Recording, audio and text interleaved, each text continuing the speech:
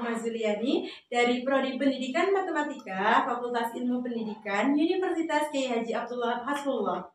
Pada kesempatan kali ini saya akan menjelaskan sedikit tentang kecepatan gerak relatif. Nah, untuk memahami lebih lanjut apa sih gerak relatif dan bagaimana cara menghitung kecepatan gerak relatif, simak video ini sampai akhir ya. Nah, sebelum kita membahas kecepatan relatif, maka kita harus tahu dulu gerak relatif itu apa.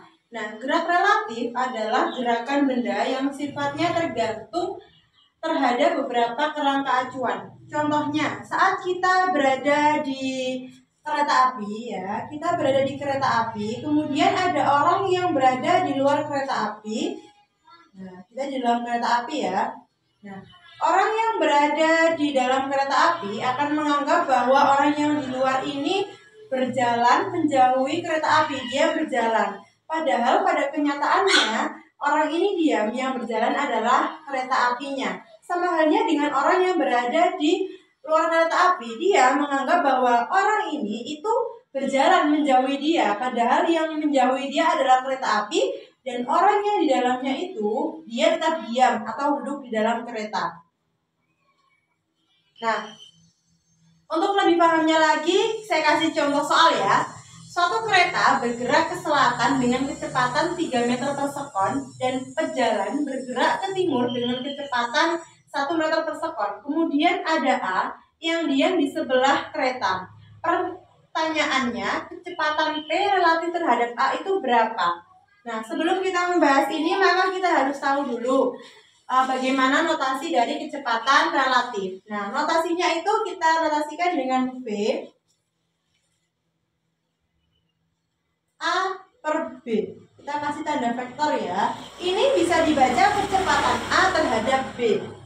Ini notasinya. Kemudian cara mengerjakannya, kita pakai rumus. Kalau ada V A per B, bisa kita urai menjadi V A per C ditambah V B per C, atau bisa pakai V A per B itu minus dengan V B per A. Jadi untuk kereta bisa kita ibaratkan itu sebagai B, untuk pejalan itu dia P, untuk yang diam itu dia sebagai A. Nah, di sini ada suatu kereta bergerak ke selatan dengan kecepatan 3 meter per sekon. Dia berjalan ke selatan. Ini anggaplah ke selatan ya. Nah, kereta ini kecepatannya terhadap apa? Dia bergerak terhadap si yang diam tadi ya. Jadi ini itu dari terhadap kereta terhadap yang diam. Kecepatan B terhadap A.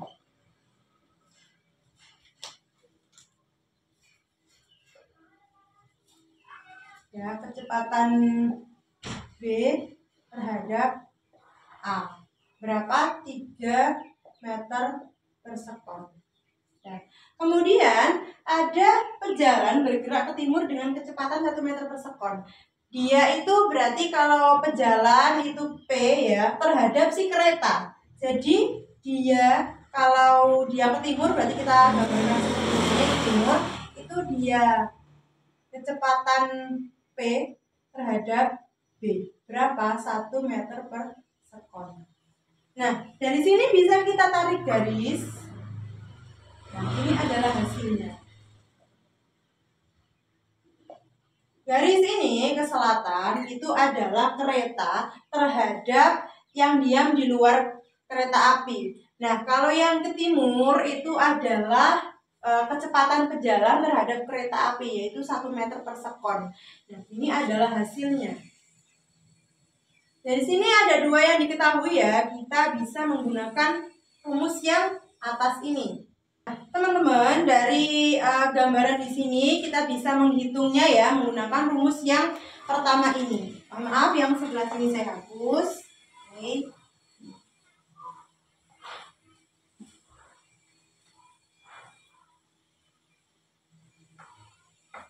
Nah, dari uraian ini tadi kita bisa menggunakan rumus yang ini ya. Nah, seperti yang kita tahu kalau vektor itu menghitung dua, yaitu besaran sama sudut. Nah, kalau besaran maka kita rumusnya itu adalah P per A ya, itu diakar kecepatan PP per B dengan B per A, kita akan ini kita kuadratkan. Nah, VP per B itu di sini ada 1 meter per sekon ya, 1 kuadrat ditambah dengan VB per A itu dia 3 meter per sekon. Nanti kita tulis 3 kuadrat. Kita hitung 1 kuadrat itu 1, kalau 3 kuadrat itu 9. Nah, maka nilainya itu akar dari 10. Hasilnya kalau kita jadikan desimal adalah 3,2 meter per sekon. Ini untuk besarannya. Kemudian kalau menghitung sudut, nah hasilnya kan tadi ini ya, maka kita menghitung yang ini. Ini kita pakai sudut theta. Maka untuk sudut sin, rumusnya itu adalah sin demi ya, depan sama miring. Nah, untuk depannya itu ini depan ya, 3 meter per sekon. Miringnya maka yang ini tadi sudah kita hitung hasilnya 3,2. Nah, 3 dibagi 3,2 itu hasilnya 0,93 derajat ya, karena ini kan sudut sin. Nah, teman-teman, itu tadi cara ketika kita mau mencari kecepatan relatif suatu benda. Nah, dari uraian tadi dapat kita simpulkan ya, ada beberapa urutan cara ketika mengerjakannya. Yang pertama yaitu kita melakukan tahap identifikasi vektor. Yang kedua, menentukan apa yang akan dicari. Yang ketiga, menyusun vektor ya seperti ini. Kemudian yang keempat adalah kita eksekusi atau kita hitung, mencari besaran dan juga sudutnya. Mungkin itu saja yang bisa saya sampaikan. Mudah-mudahan sedikit yang bisa saya sampaikan ini dapat bermanfaat bagi teman-teman semuanya. Apabila ada kesalahan, saya mohon maaf. Jangan lupa like dan komen video di bawah ya. Terima kasih. Wassalamualaikum warahmatullahi wabarakatuh. You don't even know my name.